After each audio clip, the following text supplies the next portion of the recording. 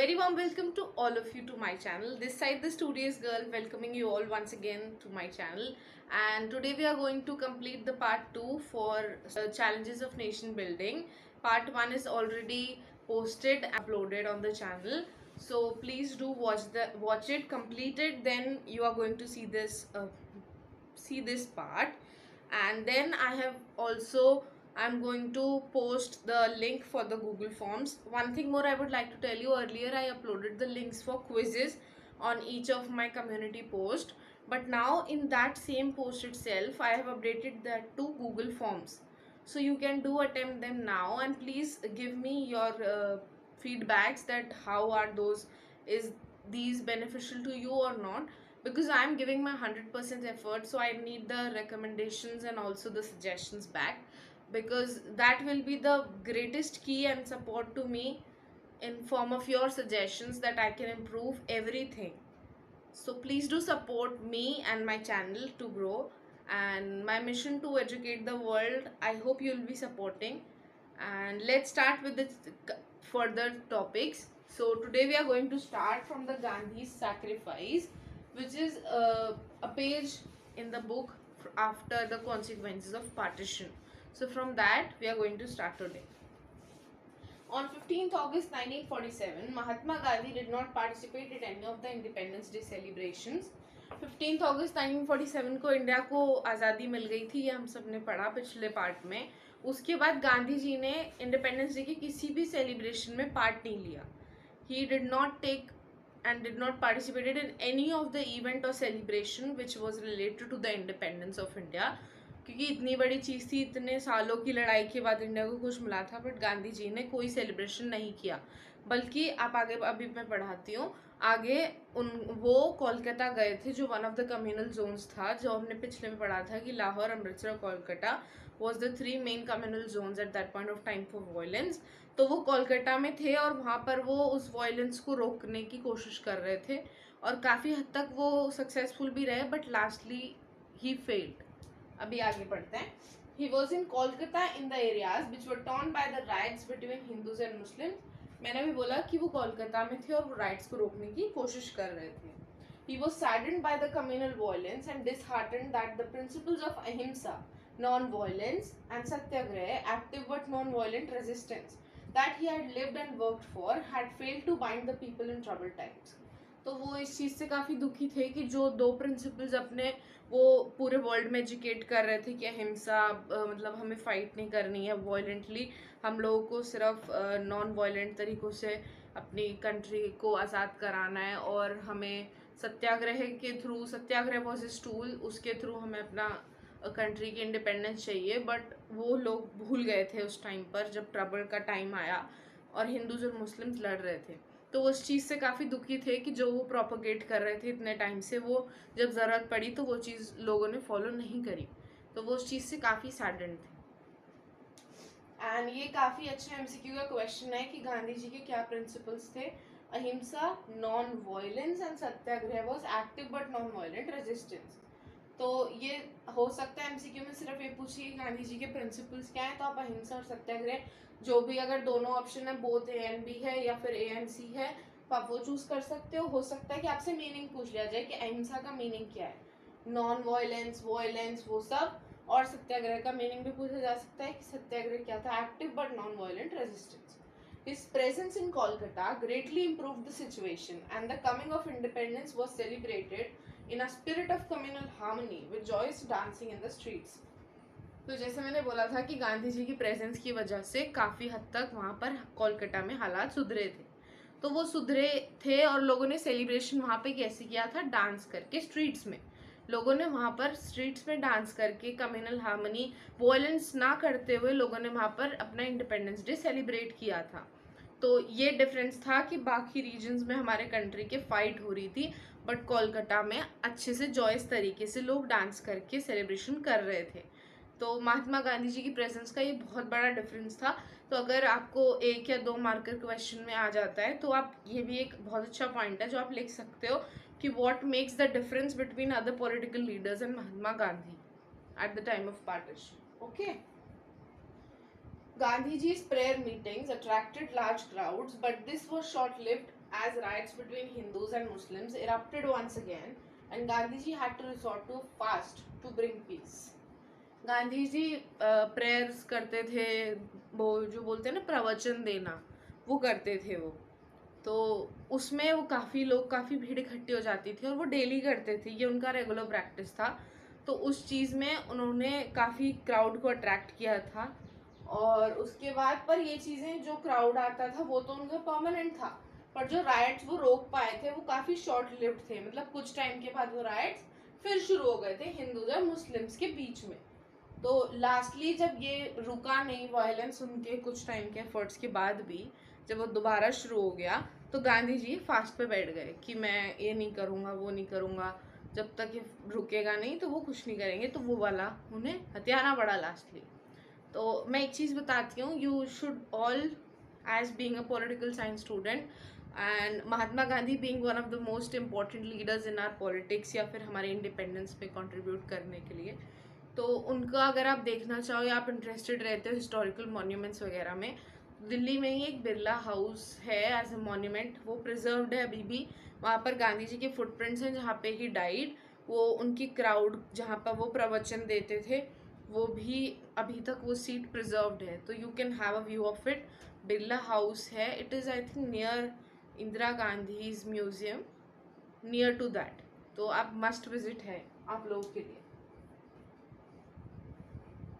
Next month, Gandhiji moved to Delhi, where large-scale violence had erupted. He was deeply concerned about ensuring that Muslims should be allowed to stay in India with dignity as equal citizens. फिर अगस्त में तो वो कोलकाता में थे गांधी जी, उसके बाद वो सितंबर में दिल्ली आ गए जहाँ पर काफ़ी ज़्यादा वायलेंस हुआ था। वहाँ पर भी उन्होंने बहुत कोशिश करी, पर लास्ट में फिर उन्होंने यही बोला कि मुस्लिम्स को अच्छे से डिग्निटी के साथ जितने भी इंडिया में रुके हैं, जो हमने पिछले पार्ट में पढ़ा था कि 10 to 12% Muslims even after getting partition थे इंडिया में, जब सेंसस हुआ था 1951 में, तो जो भी 10 to 12% मुस्लिम्स थे, गांधी जी ने बोला उन्हें विद फुल डिग्निटी, जितने की इंडियन सिटीजन को मिल रही है, जो हिंदूज हैं या सिख्स हैं जो ऑलरेडी इंडिया में पहले से ही रह रहे हैं और वो इंडिया में सेट होने के लिए अब रेडी हैं, तो मुस्लिम्स जो रेडी थे इंडिया में रहने के लिए और इंडिया से वो गए नहीं, उनको भी इक्वल डिग्निटी मिलनी चाहिए उतने उन लोगों के जो हिंदूज और सिख्स को मिल रही थी। तो गांधी जी वांटेड कि हिंदू मुस्लिम सिख सब साथ में रहें in totality. He was unhappy with what he saw as the Indian government's decision not to honor its financial commitments to Pakistan. With all this in mind, he undertook what turned out to be his last fast in January 1948. Gandhi ji actually उस time पर इस चीज़ के support में थे कि पाकिस्तान को थोड़ा बहुत रेम्यूनरेशन ज़रूर देना है, क्योंकि उनके पास उनकी न्यूली इंडिपेंडेंट कंट्री है, बिल्कुल सडनली बनी हुई है, तो वो कंट्री के पास कुछ भी नहीं है, तो उन्हें भी अपनी इकोनॉमी को एक किक स्टार्ट देने के लिए, चीज़ें सेट करने के लिए थोड़ा अमाउंट तो लगेगा उस टाइम के हिसाब से। तो गांधी जी ने बोला था इंडियन गवर्नमेंट से कि आप कुछ अमाउंट पाकिस्तान गवर्नमेंट को ज़रूर देंगे, तो इंडियन गवर्नमेंट इस चीज़ के सपोर्ट में नहीं थी थोड़ा सा, तो बट लास्टली जब गांधी जी नाराज़ हो गए, वो जैसे यहाँ पे लिखा है कि लास्ट फास्ट उनका जनवरी 1948 में हुआ था, वो इसी चीज़ के लिए हुआ था कि इंडियन गवर्नमेंट मना कर रही थी कि हम नहीं देंगे पैसा पाकिस्तान को, बट गांधी जी वांटेड कि दो, क्योंकि गांधी जी के मन में ये था कि हाँ ये हमारे ही हिस्से से अलग हुए हैं, तो ये हमारे जैसे ही हैं, तो उन्होंने उस स्वभाव को रखते हुए अपने अंदर फिर ये फास्ट रखा कि हाँ मैं तब तक नहीं उठूँगा यहाँ से जब तक तुम पैसे देने के लिए मान नहीं जाओगे। फिर लास्टली देने पड़े, फिर इंडिया ने काफ़ी बड़ा अमाउंट दिया भी था ड्यूज़ के तौर पे। As in Kolkata, his fast had a dramatic effect in Delhi. Communal tension and violence reduced. Muslims of Delhi and surrounding areas could safely return to their homes, and the government of India agreed to give Pakistan its dues. एक चीज़ और मैं बोलूँगी, Indian government भी उस time पर जब वो गांधी जी से मना कर रहे थे कि हम नहीं देते हैं पैसा, वो भी अपनी जगह ठीक थे, बिकॉज उस टाइम पर इंडिया की इकोनॉमी इतनी ज़्यादा स्टैगनेंट थी, अटकी हुई थी एक जगह पर, कि इंडियन गवर्नमेंट को भी बहुत पैसा लगने वाला था अपनी कंट्री को डेवलप करने में। और ये तो हम सब जानते ही हैं कि आज तक भी इंडिया एक डेवलपिंग इकोनॉमी ही है, धीरे धीरे डेवलप्ड बन रही है। तो we need time, we need money at that point of time also. तो इसलिए भी इंडियन गवर्नमेंट मना कर रही थी, बट महात्मा गांधी जी ने बोला कि हम नया स्टार्ट कर रहे हैं तो वो भी नया ही कर रहे हैं, तो इसलिए उन्होंने फिर फास्ट रखा, उन्होंने ड्यूज दिलवाए पाकिस्तान को। और जो जितने भी मुस्लिम्स थे जो दिल्ली और कोलकाता या कम्युनल एरियाज में फंसे हुए थे, वो लोग भी फिर आराम से जब कंट्री में थोड़ा सा सेटलिंग होने लगी तो वो लोग भी अपना अपना एरिया में जाके सेट हो गए थे। By all extremist and both the communist blamed him for their conditions. Gandhi ji के एक्शंस, कुछ लोग थे जो ऑलरेडी उनको भगवान मान चुके थे, वो लोग तो सब चीज़ों में उनके अग्री कर जाते थे, बट कुछ लोग थे जो लोग एक्सट्रीमिस्ट होते हैं ना, कि ना तो से सही साइड की सुनिए ना गलत साइड की सुनिए, they want to do their own. तो जो लोग वैसे वाले थे वो लोगों ने गांधी जी के एक्शंस को बिल्कुल सपोर्ट नहीं किया, और उन्होंने बोला कि गांधी जी आप ये सब गलत कर रहे हो, सब मतलब एक्सट्रीमिस्ट क्रिटिसाइज करने लगे थे वो गांधी जी के एक्शंस को। तो जो भी एक्सट्रीमिस्ट थे वो दोनों ही साइड के, जो मुस्लिम्स थे, जो हिंदूज थे, जो सिख्स थे, तो उन सब ने गांधी जी को ब्लेम किया और बोला कि जो भी ये आपने किया है ये गलत किया है, ये सब आपकी वजह से हुआ है। उनकी कंडीशंस के जिम्मेदार लोगों ने, एक्सट्रीमिस्ट ने उनको ठहराया था गांधी जी को। Despite this he continued to meet everyone during his prayer meetings. अब देखो इतना क्रिटिसाइज होता है कोई आदमी तो फिर वो डरता है ना कि मुझे कोई मार देगा, मैंने कुछ गलत कर दिया है या कुछ भी। तो वो लोग, गांधी जी फिर भी नहीं डरे, उन्होंने अपनी मीटिंग्स कंटिन्यू रखी। तो वो मीटिंग्स कंटिन्यू होने की वजह से ही उनकी डेथ हुई थी, मैं आगे बताती हूँ। Despite he continued, as I said कि वो कंटिन्यू रखे थे अपनी मीटिंग्स, उन्होंने रोकी नहीं। So finally on 30 January 1948, which is organized and considered and celebrated as Martyrs' Day, one such extremist, Nathuram Vinayak Godse, walked up to Gandhiji during his evening prayer in Delhi and fired 3 bullets at him, killing him instantly. Thus ended a lifelong struggle for truth, non-violence, justice and tolerance. जैसे मैंने अभी बोला ही था कि गांधी जी ने इतनी criticism के बाद भी अपनी क्राउड मीटिंग्स रोकी नहीं, तो लास्टली फिर 30 January 1948, जिसे हम मार्टियर्स डे मनाते हैं, तो उस दिन Nathuram Vinayak Godse, he was an extremist of India side, he was a Hindu, तो महाराष्ट्र साइड के थे वो, पर हिंदू थे। तो उन्होंने 3 बुलेट्स महात्मा गांधी जी पर इवनिंग प्रेयर में फायर कर दी and he died instantly at that point of time itself. और गांधी जी के मरते ही ended a lifelong struggle for truth, non violence, justice and tolerance. Gandhi ji को ट्रूथ की मूर्ति, सच्चाई की मूर्ति जिसे कहते हैं, वो सब माना जाता है। He is the father of our nation, क्योंकि वो अगर एफर्ट्स नहीं उठाते तो शायद आज इंडिया इंडिपेंडेंट होता ही नहीं, बिकॉज गांधी जी के सपोर्ट से ही लीडर्स जागे। लीडर्स की जागने के बाद भी वो गांधी जी के हर एक्शन को सपोर्ट करते रहे लीडर्स, और लास्टली फिर गांधी जी ने लीडर्स को सपोर्ट करते हुए इंडिया को इंडिपेंडेंस दिलाई। गांधी जी ने इतने बड़े बड़े मूवमेंट्स किए, उन्होंने साउथ अफ्रीका को इंडिपेंडेंट किया एंड फिर उन्होंने इंडिया को इंडिपेंडेंस दिलाई है, जो उनका खुद का कंट्री था। He was studied from London, वो लॉयर थे, एक अच्छे बहुत इंडिपेंडेंट लॉयर थे अपने टाइम के। और मतलब 2 देशों को आज़ाद कराना is a very big thing. एक होता है ना कि अपने देश के लिए नेशनलिज्म जागी, but Gandhi ji did for two countries, South Africa जहाँ पर रेसिज्म और we say apartheid was be continuing in that side, जहाँ पर नेल्सन मंडेला जी एक लीडर थे और इंडिया के गांधी जी। वहाँ पर साउथ अफ्रीका में सबसे पहले गांधी जी ने अपनी सत्याग्रह टेक्निक को टेस्ट करने के लिए वहाँ पर उन्होंने उनको सपोर्ट किया, और जब उन्हें पता चला कि टेक्निक उनकी वर्क कर रही है, then he started doing it in India. हालांकि इंडिया में फर्स्ट टाइम में बिल्कुल भी सक्सेसफुल नहीं हुई थी, बट हाँ British were feared of it that yes कोई बंदा ऐसा आ गया इंडिया में भी कि वो हमें हिला सकता है। तो Gandhi ji was a person जिससे ब्रिटिश डरने लगे थे।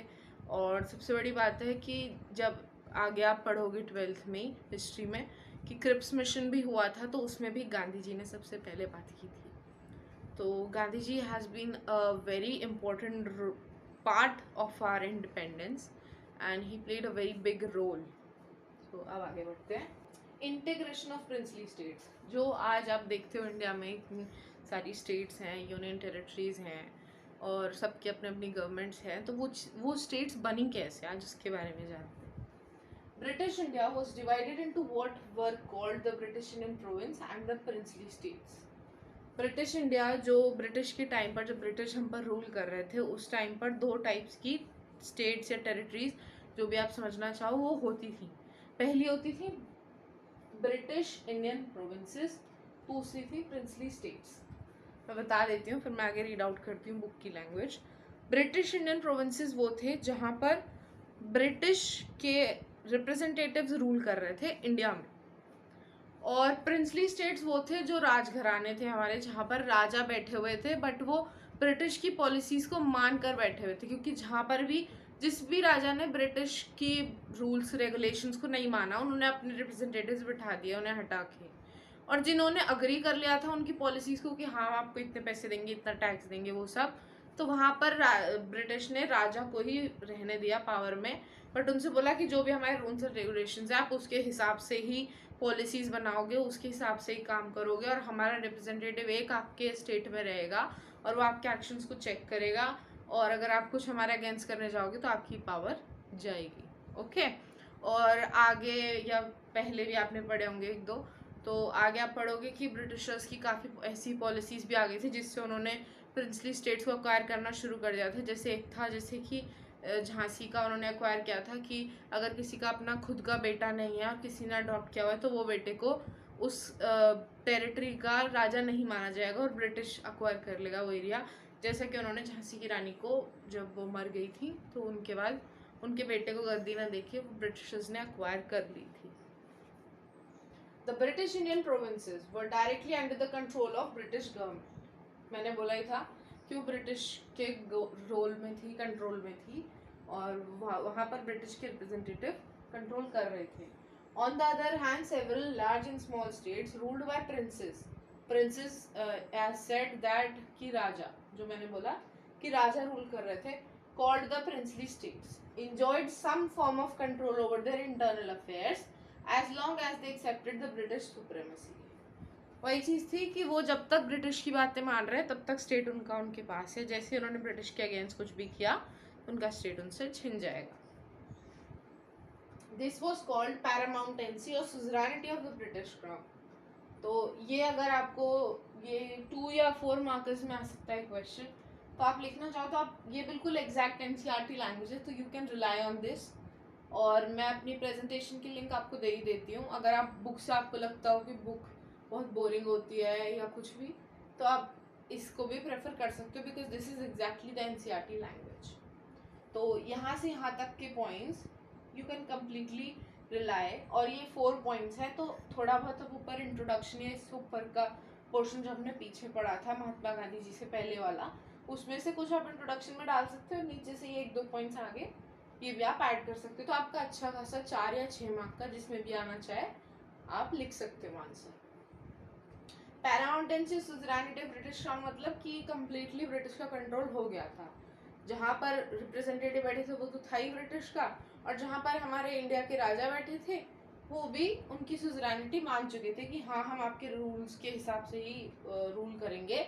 इंटरनली उनको थोड़ी बहुत पावर थी कि हाँ आप यहाँ पे डेवलपमेंट करा सकते हो अपने पैसों से, क्योंकि उसमें ब्रिटिश का पैसा जाता है. तो वही थी बात कि वहाँ पर ब्रिटिशर्स ने उस टाइम पर सिर्फ अपना माइंड गेम खेला था, और इंडिया के राजा उतने इंडिपेंडेंटली नहीं सोच पाए उस टाइम पर, कि ब्रिटिश ने बोला कि हाँ आप डेवलपमेंट के काम करा सकते हो जिसमें कॉस्ट लगती है, और जो रूलिंग की पावर्स की थी, जो टैक्स कलेक्शन था, वो सब ब्रिटिश ने अपने पास कर लिया था. This was a very big reason. Princely states covered 1/3 of the land area of the British Indian Empire, and 1 out of 4 Indians lived under princely rule. तो princely states first of all वो थी जो राजा के rule में चल रही थी, जो ब्रिटिश के रूल्स को मान चुके थे. फिर पूरे इंडिया के टेरिटरी में से 1/3 टेरिटरी जो इंडिया की थी वो प्रिंसली स्टेट्स के पास थी. उसमें से 1 out of every 4 Indian was ruled by princely rule. तो अगर 4 में से हर एक जितने भी थे उस टाइम की पॉपुलेशन, उसमें से अगर हम 4 लोग उठाएं तो हर 4 लोगों में से एक बंदा प्रिंसली रूल के अंडर था. सो इतना हो गया था ब्रिटिश का उस टाइम पर.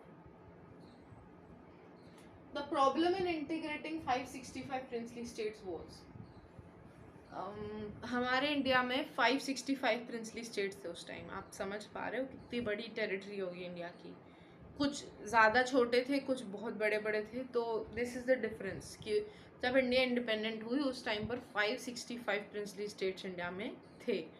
तो now we come move ahead कि इनको जोड़ने में, ये 565 प्रिंसली स्टेट थी, मिलकर आज इंडिया बने हुए हैं ना, तो इनको जोड़ा कैसे गया, उसमें क्या प्रॉब्लम्स आई, अब हम वो पढ़ेंगे। So just before independence, it was announced by the British that with the end of their rule over India, paramountcy of British crown over princely states would also lapse. तो ये बोला गया था कि जैसे ही ब्रिटिश ने इंडिपेंडेंस अनाउंस की थी उससे कुछ देर पहले ही उन्होंने बोला कि जैसे ही उनका रूल एंड होगा वैसे ही ब्रिटिश क्राउन की पैरामाउंटेंसी, जो हमने पीछे पढ़ा, जो हमने पीछे पढ़ा था कि पैरामाउंटेंसी सुजरानिटी ऑफ ब्रिटिश एम्पायर की, ब्रिटिश क्राउन की थी। जैसे ही इंडिपेंडेंस से जैसे ही उन्होंने बोला कि रूल ख़त्म होता है, वहीं पर ब्रिटिश क्राउन की पैरामाउंटेंसी यानी कि जो भी स्टेट्स हैं वो ब्रिटिश के अंडर जो आ रही थी, सारी थी ब्रिटिश, तो उनके ऊपर से वो ब्रिटिश का रूल या ब्रिटिश का टैग, ब्रिटिश के रूल्स एंड रेगुलेशंस जो राजाओं ने मान रखे थे वो सब खत्म हो जाएंगे। They said this just before independence. इसमें हम कह सकते हैं कि थोड़ा बहुत हो सकता है उनका माइंड गेम भी हो, बिकॉज जस्ट बिफोर इंडिपेंडेंस जब इतने सालों से 2-3 साल से बातें चल रही थी कि हाँ इंडिया इंडिपेंडेंट होगा, अब होगा, अब होगा, तो जब और लोगों ने डिमांड तो कर ही रहे थे इंडिया की पब्लिक, तो जब इतना चल रहा था और उन्हें पता था कि एक टाइम आएगा जब उन्हें देना पड़ेगा, तो they should say these things earlier also.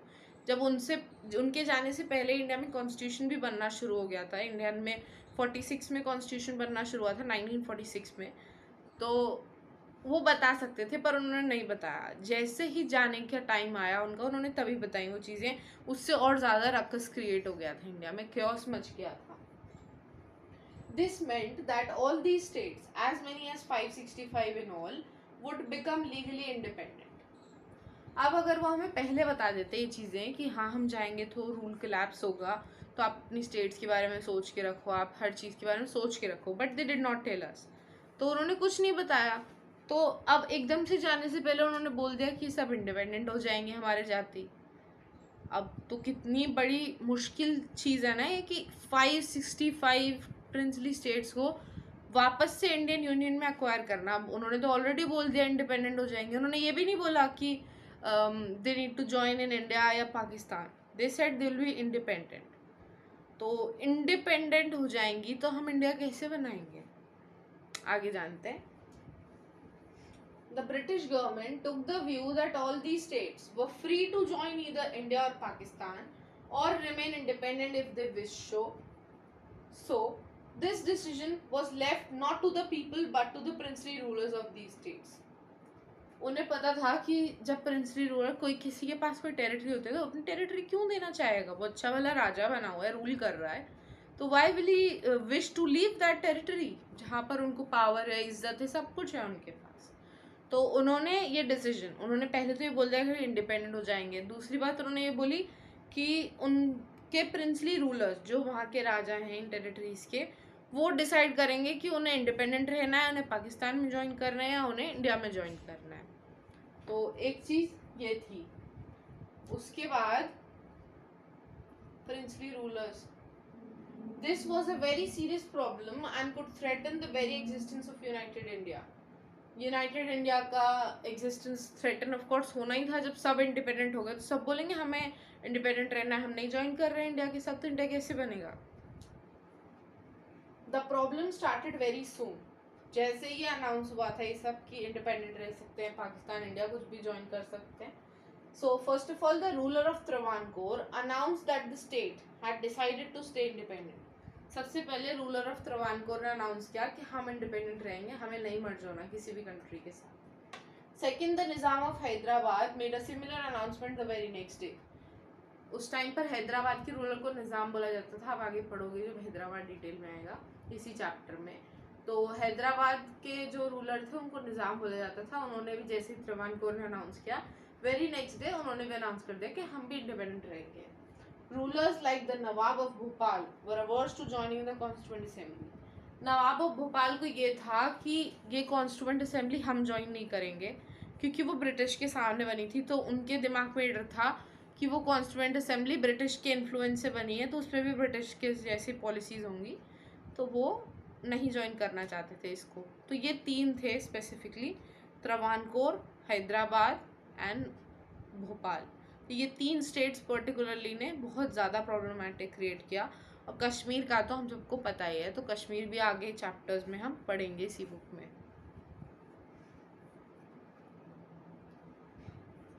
फिर अब इतना कुछ अनाउंस हो गया, तो अब गवर्नमेंट ने क्या स्टेप्स लिए ये भी जानते हैं। So government's approach under the Mountbatten plan, जिसके तहत हमको इंडिया को इंडिपेंडेंस मिली थी, the princely states were free to join India और पाकिस्तान। प्रिंसली स्टेट्स फ्री कर दिए थे ब्रिटिशर्स ने अनाउंसमेंट करके कि दे आर देयर विश कि वो इंडिया जाना चाहते हैं, पाकिस्तान या फिर इंडिपेंडेंट रहना चाहते हैं। सरदार पटेल, सरदार वल्लभ भाई Patel was India's deputy prime minister and the home minister during the crucial period immediately following independence.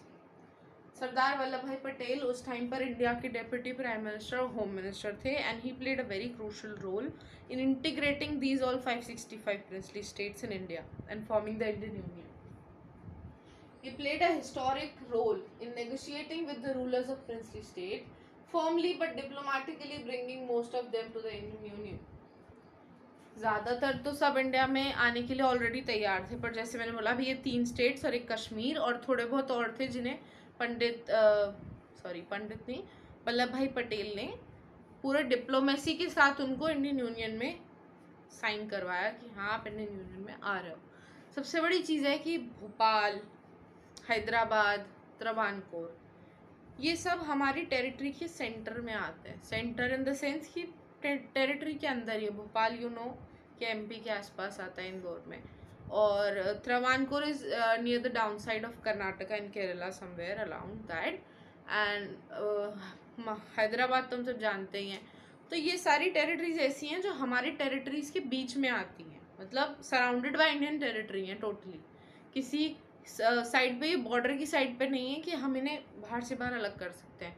They were in the centre of Indian union, तो वो अलग होंगी, तो फिर ये उनके आसपास के जो रीजन्स हैं इंडिया के, उन्हें भी अलग करना पड़ेगा। तो that was a very big loss अगर ये होता तो सरदार वल्लभ भाई पटेल ने बहुत अच्छा रोल किया इसमें, बहुत अच्छे से he played a very crucial role, और उन्होंने सबको इंडियन टेरिटरी में यूनाइट किया। अब आगे बढ़ते हैं। For instance there were 20 states in today's Orissa. Saurashtra region of Gujarat had 14 big states and 119 small states and numerous other different administrations. तो उस टाइम पर जो उड़ीसा था, जो आज का प्रेजेंट डे उड़ीसा है, उस टाइम पर वो 26 स्मॉल स्टेट्स थे। You can imagine how they must have been united by Sardar Patel. This was such a hard working task, not everyone can do this. So yes, this इसी वजह से उनको आयरन मैन ऑफ इंडिया बोला जाता है। और जो सौराष्ट्र रीजन है आज का गुजरात का, उस टाइम पर वहाँ पर 114 small states and 19 big states. Saurashtra region जो गुजरात का है, वहाँ पर उस टाइम पर 114 छोटी छोटी और 19 बड़ी बड़ी स्टेट्स थी। उन्हें भी यूनाइट करना कितना मुश्किल रहा होगा।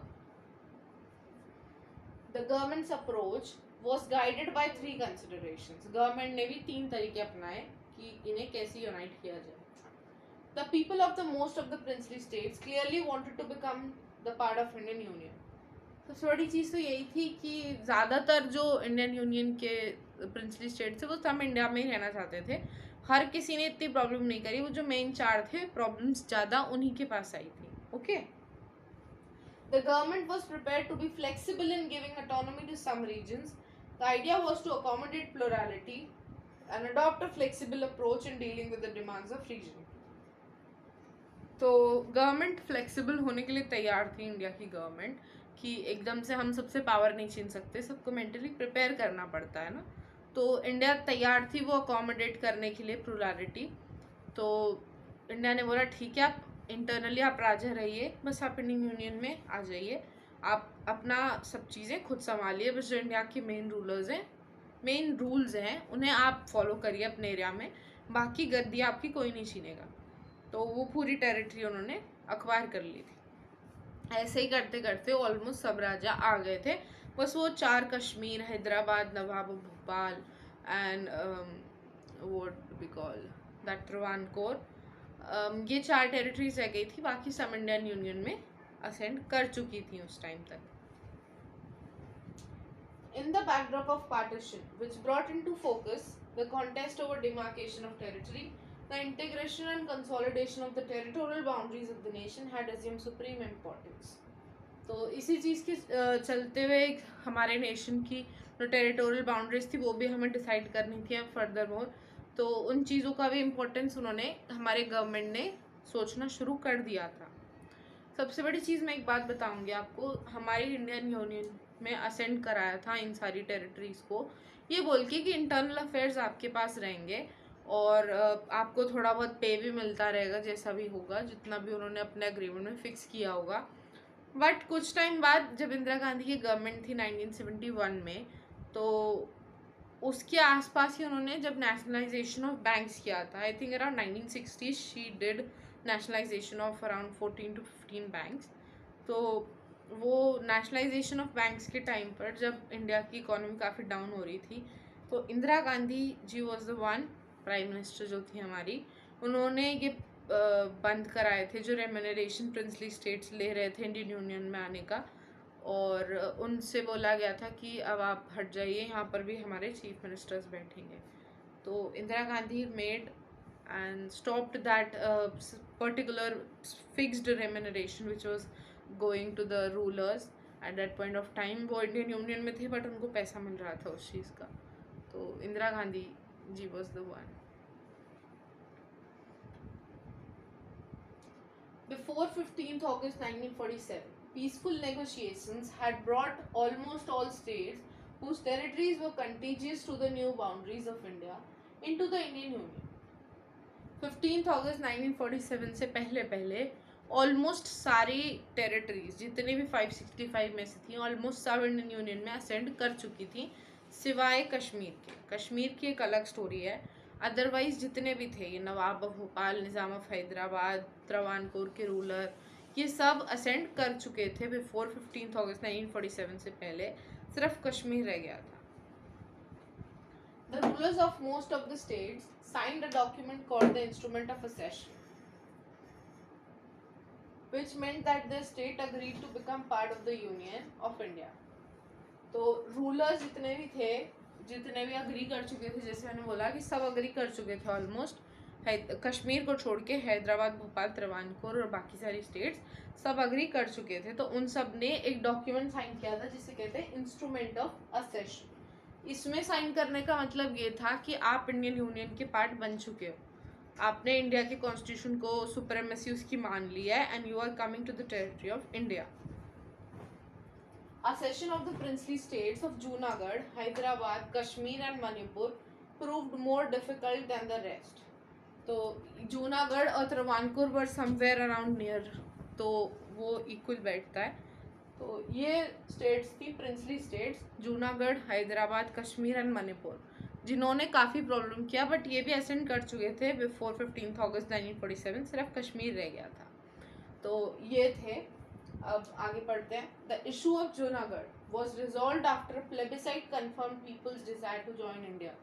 जूनागढ़ तो ऐसे ही बस लोगों से वर्बली वोटिंग जैसे होते हैं ना, हाथ खड़ा करते हैं कि हाँ कौन कहाँ जाना चाहता है, तो जूनागढ़ में वो ऑर्गेनाइज कराया था सरदार पटेल ने, और उससे क्लियर हो गया था क्योंकि वहाँ का रूलर पाकिस्तान ज्वाइन करना चाह रहा था, बट सारा एरिया जो पॉपुलेशन थी उस जूनागढ़ की वो इंडिया जाना चाहते थे। तो वल्लभ भाई पटेल ने फोर्सफुली डिप्लोमेसी के थ्रू उनको असेंड करा लिया था, इंस्ट्रूमेंट ऑफ असेशन में साइन करा लिए थे। You will read about Kashmir in chapter 7. Here let us look at the cases of Hyderabad and Manipur। अब मैं आगे आपको हैदराबाद और मणिपुर की स्टोरी बताऊंगी कि वो कैसे असेंड हुए इंडियन यूनियन में। Hyderabad the largest of the princely states surrounded entirely by Indian territory. Hyderabad India union का उस टाइम पर जब प्रिंसली स्टेट थे, तब भी हैदराबाद सबसे बड़ी प्रिंसली स्टेट थी इंडियन यूनियन की, और कम्प्लीटली कवर्ड थी Indian territories। Some parts of the old Hyderabad state are today parts of Maharashtra, Karnataka and Andhra Pradesh. अब आप देख लो कितनी बड़ी टेरिटरी होगी कि वो महाराष्ट्र तक भी जा रही थी, आंध्र प्रदेश तक, कर्नाटका तक, उसने सारा रीजन एक्वायर कर रखा था। So that was a very big thing. It is a ruler carried its ruler carried the title Nizam and he was one of the world's richest man। Hyderabad के रूलर जो भी बनते थे उनको निज़ाम बोला जाता था, पर जब इंडिया का इंडिपेंडेंस हो रहा था उस टाइम पर जो हैदराबाद के निज़ाम थे उनको रिचेस्ट ऑफ द मैन बोला जाता था उस टाइम पर। The Nizam wanted an independent status for Hyderabad. He entered into what was called the standstill agreement with India in November 1947 for a year while negotiations with the Indian government were going on। तो निज़ाम ने independent status मांगा था India से कि हमें independence चाहिए, हम India में नहीं, हम पाकिस्तान में नहीं, हम खुद इंडिपेंडेंट रहेंगे।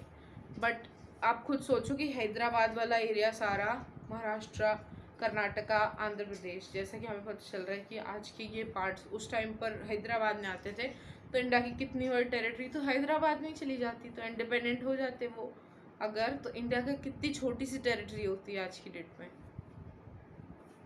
तो वो उस टाइम पर जब उन्होंने इंडिपेंडेंट स्टेटस बोला तो सरदार पटेल ने उन्हें एक स्टैंड स्टिल अग्रीमेंट में साइन करा लिया था नवंबर 1947।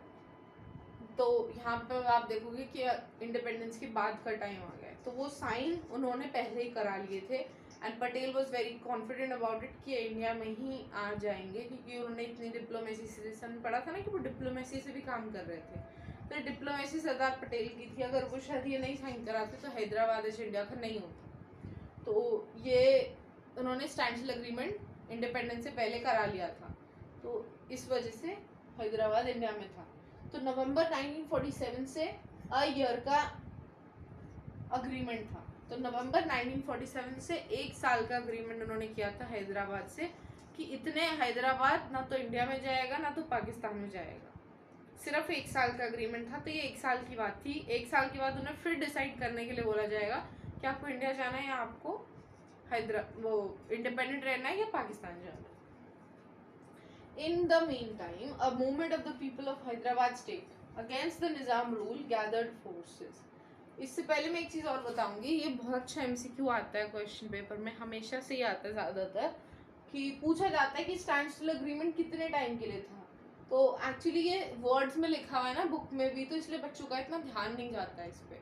अगर ये न्यूमेरिक लेटर में लिखा तो जैसे अब 1947 है, इतनी थ्योरी में ही अलग दिख रहा है, बट ये अ ईयर लिखा है और बच्चे एनसीईआरटी जल्दी से पढ़ते नहीं है, तो इस वजह से ये बच्चों से छूट जाता है और ये गलत हो जाता है। तो ये बहुत बड़ा MCQ है और पॉइंट गेनिंग है आप लोगों के लिए कि stand still agreement with India in November 97 for a year while negotiations. तो ये स्टैंड स्टिल अग्रीमेंट नवंबर 1947 में हुआ था, पहला MCQ।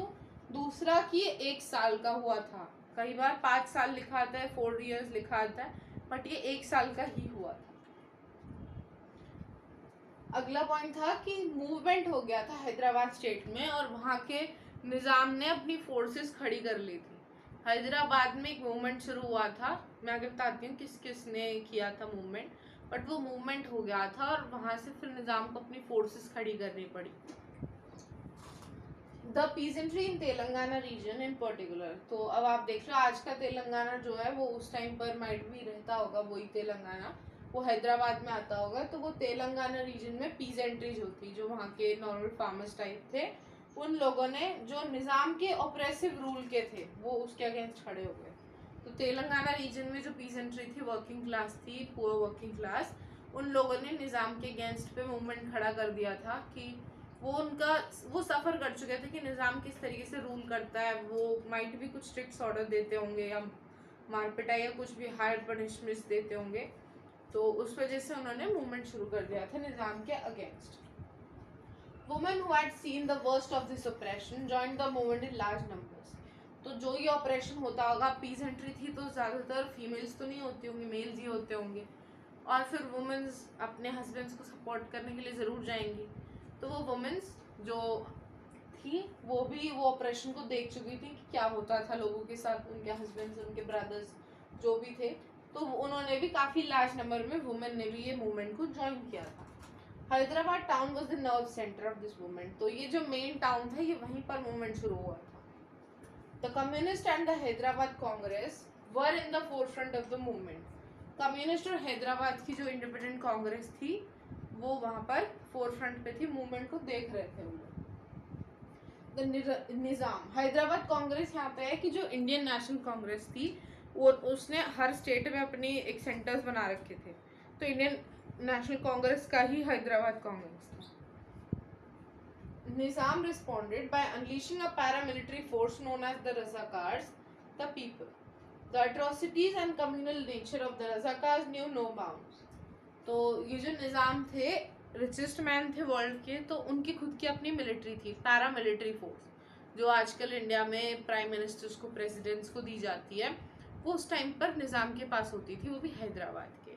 तो उनकी अपनी खुद की पैरा मिलिट्री फोर्स थी जिससे वो रज़ाकार्स उन्होंने नाम दिया था, और उनके ऊपर कोई रोक टोक नहीं थी। They knew no bounds. अगर निज़ाम ने कोई ऑर्डर दिया है तो वो ऑर्डर पूरा होगा। उनके पास कोई बाउंडिंग नहीं थी कि तुम्हें वुमेन्स को नहीं मारना, तुम्हें बच्चों को नहीं मारना, जो हाथ में है सबको मारो, ये था उनका। नो न्यू बाउंड्स, तो कोई बाउंड नहीं था उनके ऊपर, कोई बाउंडेशन नहीं थी। They murdered, maimed, raped and looted, targeting particularly the non Muslims. तो ये जितने भी पीजेंट्री वगैरह थे ये सब हिंदू थे। तो सेंट्रल गवर्नमेंट फिर पिक्चर में आई जब इंडिया असेंड करना चाह रहा है हैदराबाद को, तो इंडिया को एक्शंस भी लेने पड़ेंगे जब इतनी बड़ी चीज़ हो रही है और इंडिया के सिटीजन्स के लिए हो रही है। तो उन्होंने वो पिक्चर में आए और सरदार पटेल ने वहाँ पर अपनी आर्मी भेजी थी, और with in 3 to 4 days Hyderabad से रज़ाकार्स को सरेंडर करना पड़ा, और हैदराबाद ने फिर असेंड किया था इंडियन यूनियन में और इंस्ट्रूमेंट ऑफ असेशन साइन किया था। सबसे बड़ी चीज़ आप ये देखो कि हाउ कॉन्फिडेंट वो सरदार पटेल कि उन्होंने 1947 में सिर्फ 1 साल का टाइम लिया और उन्होंने स्टैंडस्टिल अग्रीमेंट साइन कराया था, और नवंबर में वो पूरा होना था स्टैंडस्टिल अग्रीमेंट। सितंबर 1948 में उन्होंने फाइटिंग करके हैदराबाद को इंडियन यूनियन में ले लिया। तो हाउ कॉन्फिडेंट ही वॉज कि उन्होंने विद इन टाइम अपनी बात को पूरा भी किया, and he took Indian union में हैदराबाद को। Now we come to Manipur. A few days before independence, the Maharaja of Manipur, Bol Chandra Singh, signed the instrument of accession with Indian government on the assurance that the autonomy of Manipur would be maintained. Few days after independence, जैसे ही independence होने वाला था उससे पहले महाराजा of Manipur कौन थे? सबसे पहले बौल चंद्रा सिंह। ये एमसीक्यू बहुत इंपॉर्टेंट है, ये आता है कई बार, उनका नाम पूछा जाता है। उन्होंने इंस्ट्रूमेंट ऑफ असेशन साइन कर दिया था विद द इंडियन गवर्नमेंट, और इस अश्योरेंस पे किया गया था वो इंस्ट्रूमेंट ऑफ असेशन साइन कि जो इंटरनल ऑटोनॉमी है वो महाराजा के पास ही रहेगी, महाराजा लेंगे इंटरनल अफेयर्स का डिसीजन। तो इस ऑटोनॉमी पे और इस कंडीशन पे महाराजा ने साइन किया था। Under the pressure of public opinion, the Maharaja held elections in Manipur in June 1948 and the state became a constitutional monarchy. वहाँ पर पब्लिक का ओपिनियन जानने के लिए पब्लिक हर जगह से कुछ कुछ बोल रही थी, तो महाराजा को प्रेशर लगा अपने ऊपर और उन्होंने इलेक्शंस कंडक्ट करा दिए जून 1948 में। पर क्योंकि महाराजा ने कुछ दिन इंडिपेंडेंस से पहले ही साइन कर दिया था इंस्ट्रूमेंट ऑफ असेशन पे, इस कंडीशन पे किया था, तो डिसीजन तो उनके हाथ में ही था कि इलेक्शन कराने कि नहीं कराने, बट उन्होंने कराए क्योंकि वो जानना चाहते थे पब्लिक का ओपिनियन, क्योंकि पब्लिक हर जगह से अलग अलग चीज़ें बोल रही थी। तो 1948 में सबसे पहले इलेक्शंस, पहली बार पूरे इंडिया में पहली बार यूनिवर्सल एडल्ट फ्रेंचाइज के बेसिस पे इलेक्शंस मणिपुर में हुए थे, और मणिपुर एक कॉन्स्टिट्यूशनल मोनार्की बन गया क्योंकि इंडिया का कॉन्स्टिट्यूशन वो एक्सेप्ट कर चुके थे। जब उन्होंने इंस्ट्रूमेंट ऑफ असेशन पे साइन किया तो उन्होंने इंडिया के कॉन्स्टिट्यूशन को एक्सेप्ट कर लिया, तो उन्हें इलेक्शन कराने पड़े यूनिवर्सल एडल्ट फ्रेंचाइज के बेसिस पे। तो ये बहुत बड़ा एमसीक्यू आता है कि first time universal adult franchise के बेसिस पे इंडिया में इलेक्शंस कहाँ हुए, तो दैट वाज मणिपुर। किस राजा ने कराए? राजा बोध Chandra Singh. He was the Raja of Manipur eight that point of time. और क्या बन गई थी मणिपुर? कॉन्स्टिट्यूशनल मोनार्की बन गई थी। Thus Manipur was the first part of India to hold an election based on universal adult franchise. तो पहला पार्ट था मणिपुर इंडिया का जहाँ पर इलेक्शंस हुए यूनिवर्सल एडल्ट फ्रेंचाइज के बेसिस पे। In the Legislative Assembly of Manipur, there were sharp differences over the question of merger of Manipur with India. जब लेजिस्लेटिव असेंबली इलेक्शन के बाद मणिपुर की उन्होंने अपॉइंट करी, जो राजा हेड कर रहे थे, तो डिफरेंसेस हो गए वहाँ पर कि मर्जर इंडिया के साथ मणिपुर का होना चाहिए या नहीं होना चाहिए। तो कुछ लोग वहाँ पे जो लेजिस्लेटिव असेंबली थी मणिपुर की, उसमें कुछ लोग सपोर्ट कर रहे थे, कुछ अगेंस्ट कर रहे थे। तो उस चीज़ पे डिफरेंसेस शुरू हो गए। While the state Congress wanted the merger, other political parties were opposed to this. The government of India succeeded in persuading the Maharaja into signing a merger agreement in September 1949. तो with the state Congress wanted the merger. Congress तो national हो ही चुकी थी उस time तक, Congress main party बन गई थी इंडिया की। तो कांग्रेस तो चाहती थी कि मर्जर होगा और होना चाहिए। तो बाकी सारी जितनी भी छोटी छोटी पॉलिटिकल पार्टीज थी वो सब अपोज कर रही थी इस चीज़ का। पर गवर्नमेंट ऑफ इंडिया ने सक्सीड कर दिया, क्योंकि पटेल जी हमारे इतने कॉन्फिडेंट और इतने ब्रिलियंट लीडर थे। तो उन्होंने महाराजा को फोर्स करा, परसुएड करा और उनसे मर्जर अग्रीमेंट साइन करा लिया 1949 सितंबर। तो ये भी बहुत बड़ा एक क्वेश्चन है, एमसीक्यू में आता है, मर्जर अग्रीमेंट कब साइन हुआ था? सितंबर 1949। तो here we come to the end of the Manipur story. तो यहाँ पर मणिपुर का भी यही था। मैं एक चीज़ बताती हूँ कि जैसे हमने अभी पीछे पढ़ा कि इंडिपेंडेंस से पहले ऑलमोस्ट सब स्टेट्स आ गई थी इंडियन यूनियन में, मणिपुर, हैदराबाद। बट अब इन जब आपने पढ़ लिया है अब ये, तो यहाँ पर आप देख रहे हो कि 1948 में भी कुछ काम हुए हैं, 49 में भी कुछ काम हुए हैं। तो मैंने क्यों बोला या बुक में क्यों लिखा है कि 47 से पहले, अगस्त से पहले, 15 अगस्त से पहले सब असेंड कर चुके थे इंडियन यूनियन में। तो वो इसलिए बोला जा रहा है क्योंकि कुछ ना कुछ अग्रीमेंट्स उनके पहले हो चुके थे। जैसे हैदराबाद में आपने पढ़ा कि स्टैंडस्टिल अग्रीमेंट हो गया था, वो भले ही साइन नवंबर में हुआ बट उसका प्रिंट कंडीशंस सब चीज़ें अग्रीमेंट वो सब ऑलरेडी ही अगस्त से पहले प्रिंट हो चुकी थी। तो वो उस चीज़ पे सिर्फ साइन करने की देरी थी और इंडियन यूनियन ने तो कर रखे थे, सिर्फ महाराजा के रहते थे। वही चीज़ यहाँ पे भी है कि जो मर्जर अग्रीमेंट साइन हुआ है ये 49 में हुआ है, पर इसकी बातें और चीज़ें बहुत पहले से चल रही हैं। और यहाँ पे तो आपने पढ़ ही लिया कि इंडिपेंडेंस से पहले ही महाराजा ऑफ मणिपुर ने साइन कर दिए थे। ये सब इलेक्शंस वगैरह, ये कॉन्स्टिट्यूशनल मोनार्की, ये सब बाद में हुआ है क्योंकि पब्लिक का ओपिनियन के प्रेशर में महाराजा को ये सब करना पड़ा। पर महाराजा ऑलरेडी साइन कर चुके थे उसके ऊपर, इंस्ट्रूमेंट ऑफ असेशन के ऊपर। अच्छा, वन थिंग मोर, ये कार्टून है। आप पॉलिटिकल साइंस की इस बुक से, फर्स्ट बुक से आपके लिए वो प्लस बॉक्सेस जैसे आपकी टीचर इंस्ट्रक्ट करें आप उस हिसाब से करना। मेरे हिसाब से you just read them out once, और बाकी जब आपका बोर्ड्स आने वाले होंगे उससे पहले आपके टीचर्स बता देंगे कि प्लस बॉक्स को आपको पढ़ना है, मतलब पेपर के हिसाब से इम्पोर्टेंट है या नहीं। बट अगर मेरी मानना चाहो, मेरी एडवाइस, तो you should read them out once. और अगर आपको लगे कि कुछ इंपॉर्टेंट बहुत इंपॉर्टेंट है, जैसे मैंने बोला कि मिखाइल गोर्बाचेव की पेरेस्ट्रोइका और ग्लासनोस्ट इंपॉर्टेंट था, तो वो आप पढ़ के जाओ और उन्हें अपने आंसर्स में ऐड करने के लिए रखो। बिकॉज मैं आगे आपको टिप्स में बताऊंगी, जब नेक्स्ट वीडियो टिप्स ट्रिक्स की लाऊंगी, तो उसमें कि जितना आपका मार्क्स है क्वेश्चन का, उससे 1-2 पॉइंट्स आप हमेशा एक्स्ट्रा लिखो, तो वो उन चीज़ों में आपकी हेल्प करेगा।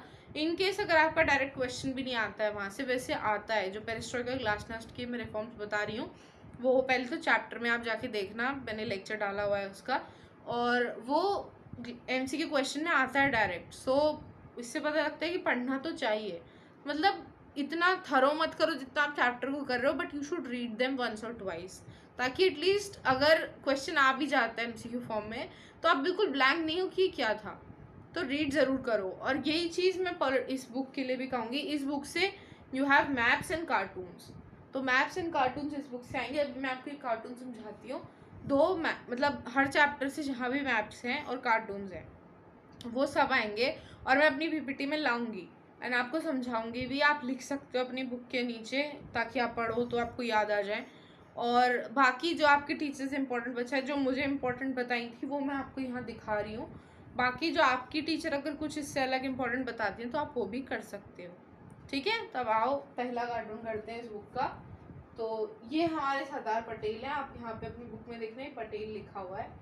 और ये हमारी लेजिस्लेटिव असेंबली है जो 1948 में इलेक्शंस में मणिपुर में अपॉइंट करी गई थी, और उसके ऊपर राजा बैठे हैं। बिकॉज वो लेजिस्लेटिव असेंबली राजा ने पावर एक्वायर करी थी, उसमें हाई पोजीशन वाली जो हेड कर रहे थे वो राजा कर रहे थे, और पटेल जी आए थे।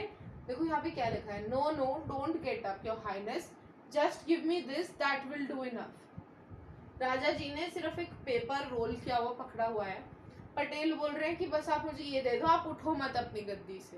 तो इसका क्या मतलब है? इसका मतलब ये है कि आप बस इंस्ट्रूमेंट ऑफ असेशन पे साइन करके हमें दे दो, आप गद्दी अपने अपने पास रखो, इंटरनल अफेयर्स आप खुद संभाल लो। ठीक है, तो ये कार्टून डिस्प्ले कर रहा है। अच्छा, कार्टून आपके ज़्यादातर या तो 5 मार्कर्स में होंगे या तो 6 मार्कर्स में। तो आई थिंक मेरे जो बोर्ड था उसमें 5 मार्कर्स के थे कार्टून। तो 2 क्वेश्चंस एमसीक्यू होते थे कार्टून से और 1 क्वेश्चन होता था डिटेल वाला। आई थिंक 5 नहीं 4 मार्क्स का होता है वो कार्टून का क्वेश्चन। तो 2 एमसीक्यू हो गए, 1 मार्क ईच, तो 2 marks for that and 2 marks for 1 theory question जो थोड़ा डिटेल्स में, मतलब 2 मार्क्स के क्वेश्चन में 3 से 4 लाइन, उससे ज़्यादा नहीं। तो वो 2 मार्क का क्वेश्चन वो आता था, तो 4 मार्क का कार्टून होता है। Now we come to the last topic, reorganization of states. The process of nation building did not come to an end with the partition and integration of princely states. Nation building का मैं आगे समझाती हूँ. Now the challenge was to draw the internal boundaries of the Indian states. This was not just a matter of administrative division. The boundaries had to be drawn in a way so that the linguistic and cultural plurality of the country could be reflected without affecting the unity of the nation. तो सबसे पहली चीज़ कि nation building का process जो था India में वो उतना आसान था नहीं जितना लगता है आज की डेट में कि हाँ ये सब हुआ, ऐसे हो गया, हम तो आज रह रहे हैं। हमें बहुत इजीली हम बोल देते कि हम यूपी में रह रहे हैं, हम बिहार में रह रहे हैं, हम दिल्ली में रह रहे हैं, but that is a very difficult thing जो इनिशियली टाइम पर हुई थी। तो ये जो नेशन बिल्डिंग का प्रोसेस था जो हम लड़ रहे थे ब्रिटिशर्स से, वो एंड कब हुआ? जब पार्टीशन हो गया, इंटीग्रेशन हो गया प्रिंसली स्टेट्स का, जो वल्लभ भाई पटेल ने किया था। अब अगला तीसरा चैलेंज क्या था कि इंटरनल बाउंड्रीज कैसे सेट करी जाए इंडिया में। ठीक है, ये मैटर सिर्फ एडमिनिस्ट्रेटिव डिवीजन का नहीं था, बट यहाँ पर बाउंड्रीज भी ड्रॉ करनी थी। और वो किस हिसाब से करनी थी कि लिंग्विस्टिक और कल्चरल प्लुरैलिटी जो इंडिया में एग्जिस्ट करती है वो यूनिटी ऑफ नेशन को अफेक्ट ना करे। मतलब कि जो इंडिया में इतने सारे कल्चर्स हैं, इतने सारे रिलीजन्स हैं, तो उन सबको भी अब एक साथ रखना पड़ेगा ना। नहीं तो अगर हमने सपोज कीजिए मुस्लिम्स और क्रिश्चियंस को एक साथ रख दिया तो वो नहीं रहेंगे ना, ऑफ कोर्स। तो वही चीज़ थी कि हमें टेरिटरी भी इस हिसाब से डिमार्केट करनी थी कि लोग अपने रिलीजन को साथ में रहें ताकि एक दूसरे में दिक्कत ना बन जाए, क्योंकि उस टाइम पर तो पार्टीशन से इतना बड़ा डिफरेंस क्रिएट हो गया था कि लोग डरते थे एक साथ रहने से। During the colonial rule, the state boundaries were drawn either on the administrative convenience or simply coincided with the territories annexed by the British government or the territories ruled by the princely powers. तो state boundaries उस time किस हिसाब से बनी हुई थी? जब British rule कर रहे थे ब्रिटिश इंडिया में, तो उस टाइम पर टेरिटरीज बनी हुई थी सिर्फ उनके खुद के कन्वीनियंस पे कि इस साइड से सी रूट जाना है, इस साइड से ट्रांसपोर्ट रूट जाना है, इस साइड से लैंड रूट है, इस साइड से ट्रेन जा रही है।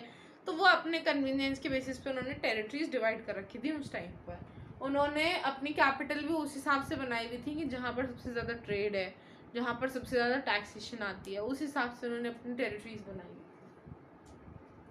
Our national movement had rejected these divisions as artificial, had promised the linguistic principle as the basis of formation of states. In fact, the Nagpur session of Congress in 1920, the principle was recognized as the basis of reorganization of Indian National Congress Party itself.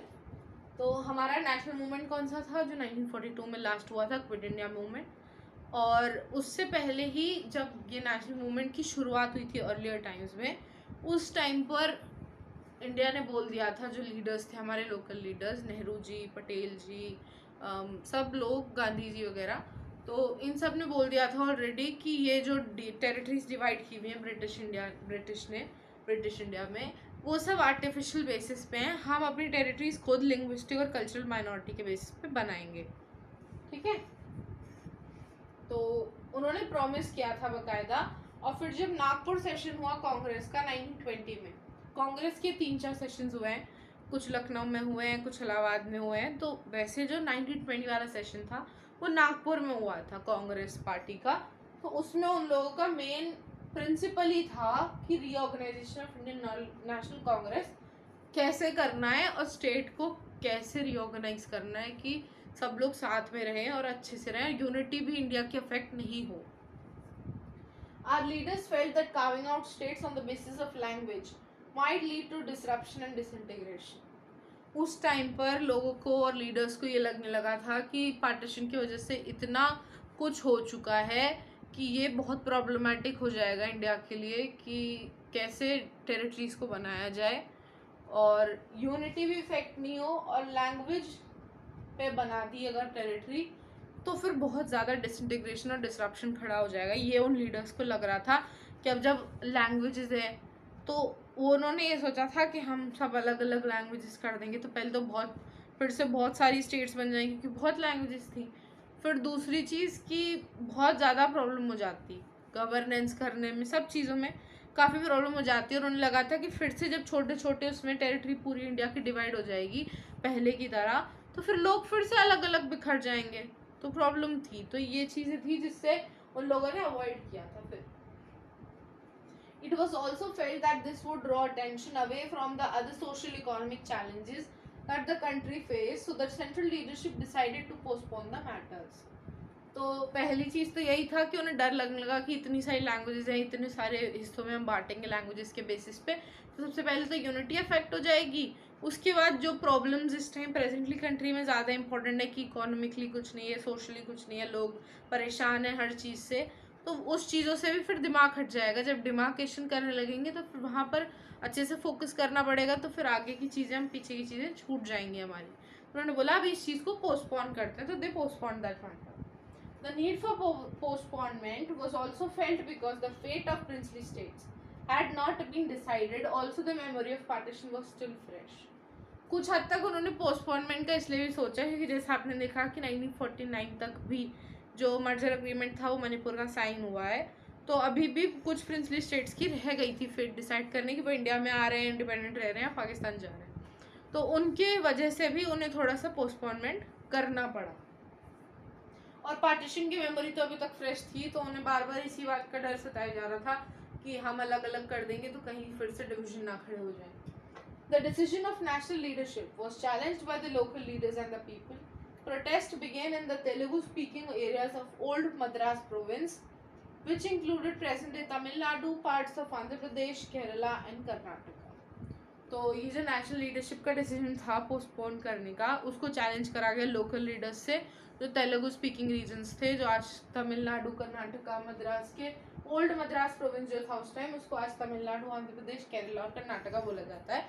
तो वहाँ के leaders ने ये चीज़ें challenge करी leadership की कि आपने प्रॉमिस किया था नेशनल मूवमेंट में कि आप लैंग्वेजेस के बेसिस पे स्टेट्स बनाओगे और आपने नहीं बनाई है, तो उस चीज़ से उन्होंने फिर प्रोटेस्ट खड़े किए। So this is the famous movement, Vishal Andhra movement.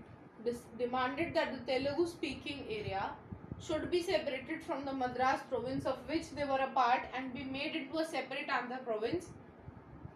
तो विशाल आंध्रा मूवमेंट था जिसने डिमांड किया कि तेलुगु स्पीकिंग एरियाज जो है उनको अलग किया जाए मद्रास प्रोविंस से, जिसमें कि उनको एक आंध्र प्रोविंस दिया जाए, क्योंकि मद्रास प्रोविंस में वो लोग कुछ और लैंग्वेज बोलते थे और जो तेलुगु स्पीकिंग एरियाज थे वहाँ पर कुछ और लैंग्वेज बोली जा रही थी।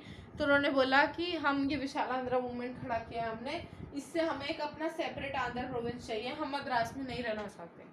ये तेलुगु स्पीकिंग लोग थे और यहाँ पर आई थिंक ये जो मद्रास प्रोविंस थे यहाँ पे कन्नड़ वगैरह बोली जाती थी, तो उस चीज़ से इन्हें दिक्कत हो रही थी। तो तेलुगु स्पीकिंग लोगों ने बोला हमें हमारा आंध्र प्रोविंस चाहिए, जो आज आंध्र प्रदेश है, वो विशाल आंध्रा मूवमेंट से बना है।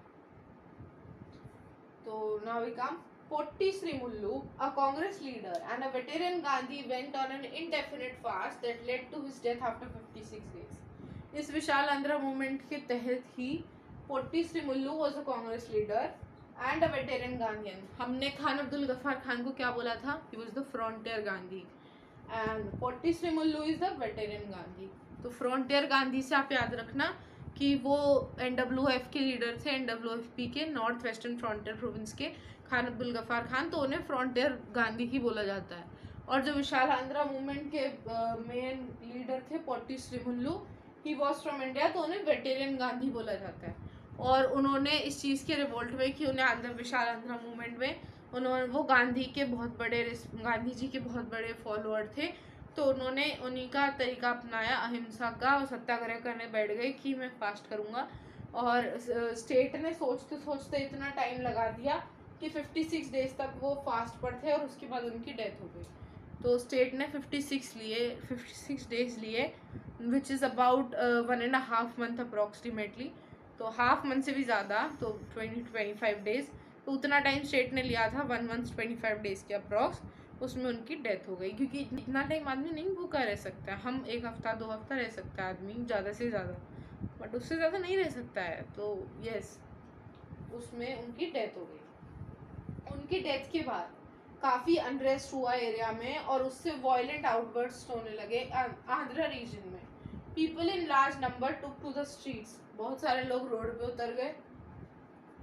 मैनी वर इंजर्ड और lost their lives in police firing. Government ने उसके बाद भी पुलिस फायरिंग ऑर्डर कर दी थी, उन्होंने अपना डिसीजन नहीं बोला, उन्होंने पुलिस फायरिंग ऑर्डर कर दी। तो पुलिस फायरिंग में काफ़ी लोग इंजर्ड हुए, काफ़ी मर गए। मद्रास में काफ़ी लेजिस्लेटर्स थे जिन्होंने अपनी सीट्स को रिज़ाइन कर दिया प्रोटेस्ट में, कि हाँ हम प्रोटेस्ट कर रहे हैं, हमें भी आंध्रा चाहिए। तो लास्टली फिर प्राइम मिनिस्टर नेहरू जी ने आंध्र प्रदेश की फॉर्मेशन को लेके दिसंबर 1952 में उन्होंने अनाउंस किया कि Andhra Pradesh is going to be formed, and December 1952 में आंध्र प्रदेश बन गया था। तो हम ये कह सकते हैं कि Andhra Pradesh was the first state of India which was reorganised. Okay, the formation of Andhra spurred the struggle for making other states of linguistic lines in the part of country. अब उन्होंने, जैसे होता है ना कि एक बच्चे को कुछ दो तो वो 3 आगे आते हैं, हमें भी चाहिए, हमें भी चाहिए। तो वही चीज़ थी कि अब प्राइम मिनिस्टर नेहरू जी ने आंध्र प्रदेश तो बना दिया, बट उनके लिए प्रॉब्लम खड़ी हो गई कि अब सारी स्टेट्स ने डिमांड करनी शुरू कर दी कि हमें भी रीऑर्गेनाइजेशन चाहिए, हमें अपनी इंडिपेंडेंट स्टेट चाहिए, हमें अपनी चाहिए। तो वो प्रॉब्लम उनके आगे आ गई।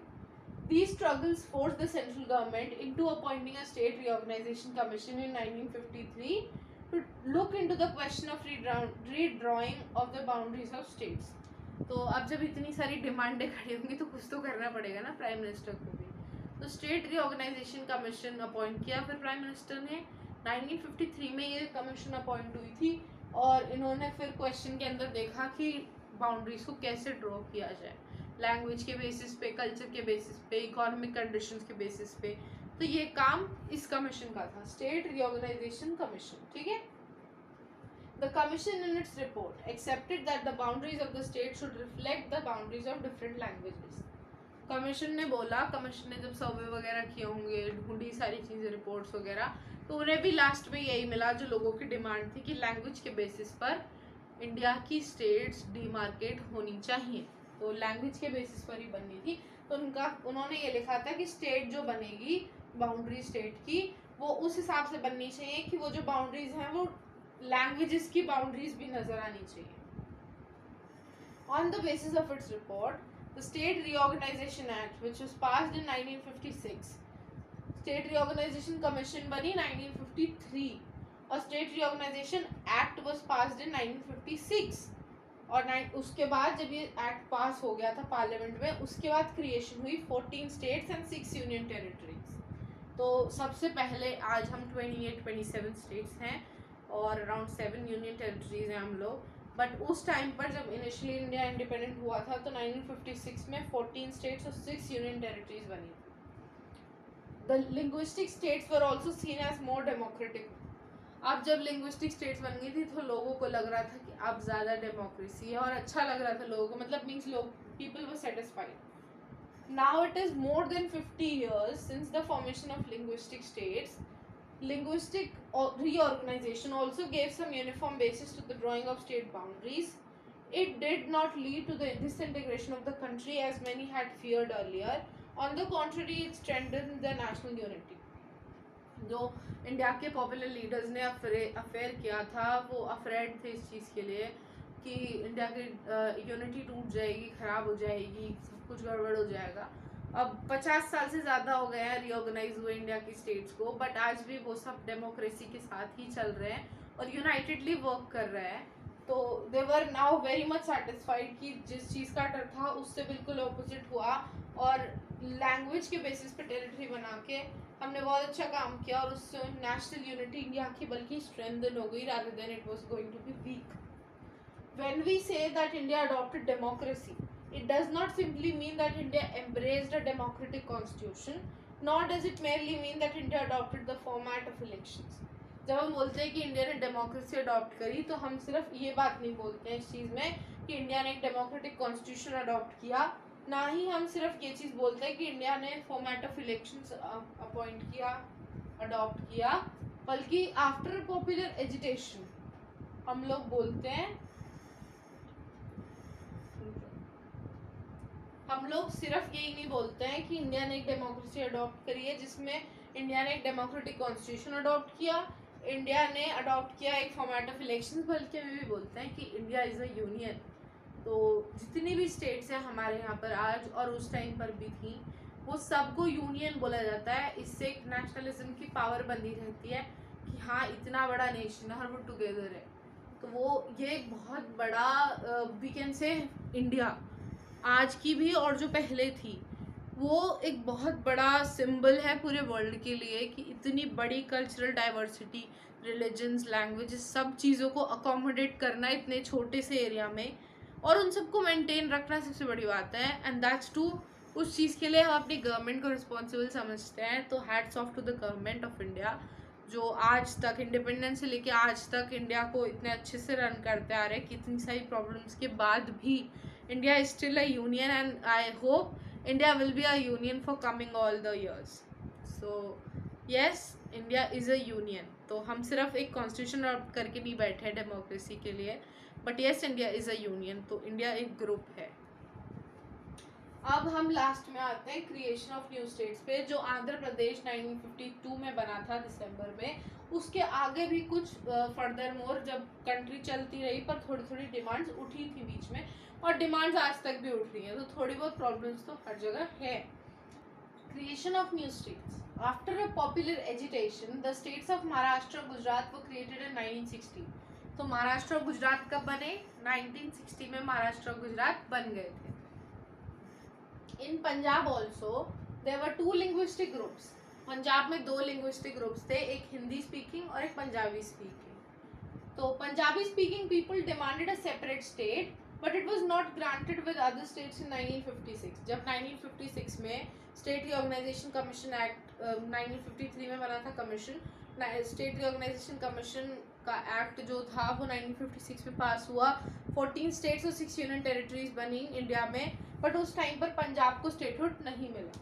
Statehood for Punjab came after 10 years later in 1966। तो पंजाब कब बना? 1966 में बना पंजाब, क्योंकि उस टाइम पर जो आज की टेरिटरीज हैं हरियाणा और हिमाचल प्रदेश, उनको सेपरेट किया गया पंजाब से। Meghalaya was carved out of Assam in 1972। तो मेघालय कब बना? 1972 में बना। Manipur and Tripura too emerged as separate states in the same year. तो मणिपुर और त्रिपुरा भी असम से ही इमर्ज हुए थे 1972 में। The Mizoram and Arunachal Pradesh came into being in 1987। तो मिजोरम और अरुणाचल प्रदेश 1987 में आए वर्क में। Nagaland had become a state earlier in 1963। तो नागालैंड तो 1963 में ही बन गया था particular independent state. Chhattisgarh and Uttarakhand and Jharkhand were created in 2000। तो छत्तीसगढ़, उत्तराखंड एंड झारखंड ये काफ़ी रिसेंट बने हुए हैं, तो 2000 में बने हैं।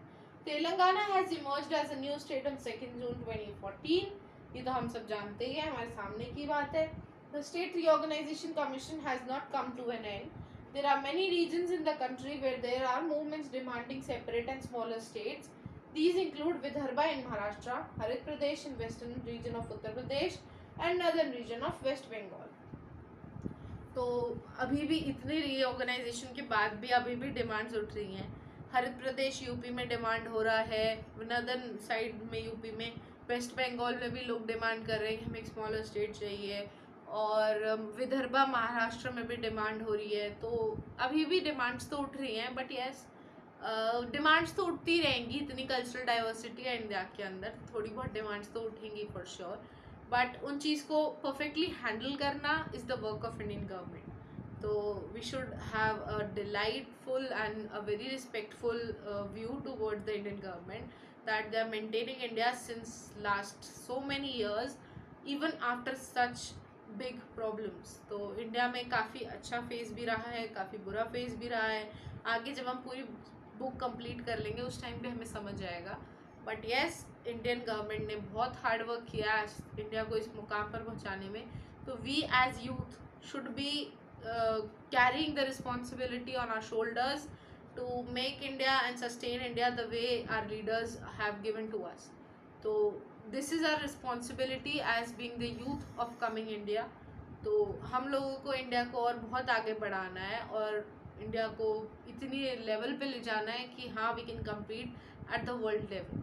तो yes, we are the youth of Indians and do read, do everything with full heart and soul. तो कुछ भी गड़बड़ नहीं होगी, सब मन से करो, सब अच्छे से होगा। तो lastly we come to an end of our chapter and अब हम एक दो कार्टून्स कर लेते हैं।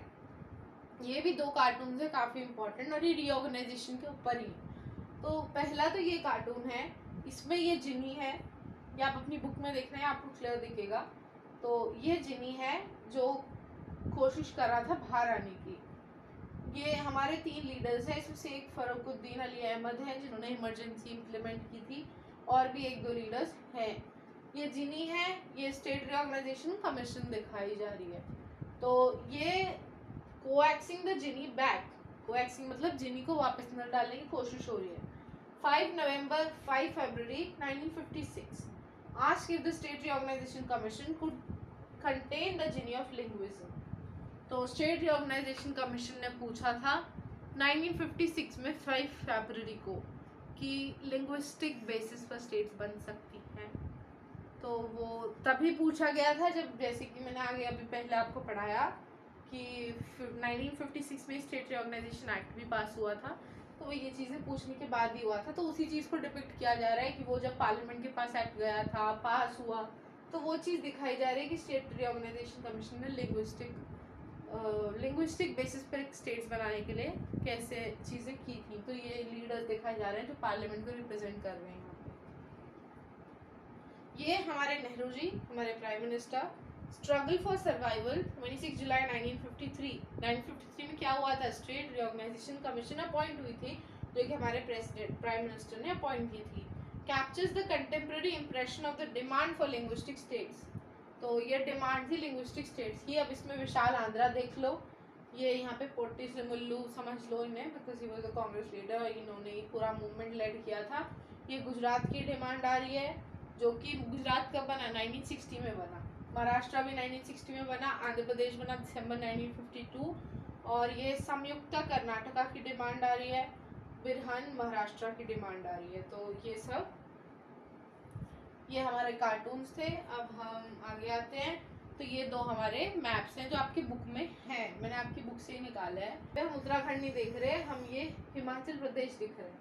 तो दिस इज बिफोर 2000, 1961 का है जो यहाँ पे लिखा है, ठीक है। तो उस हिसाब से तो ये उससे भी पुराना है, क्योंकि 1970 में या 71 में ईस्ट पाकिस्तान को भी बांग्लादेश बना दिया गया था।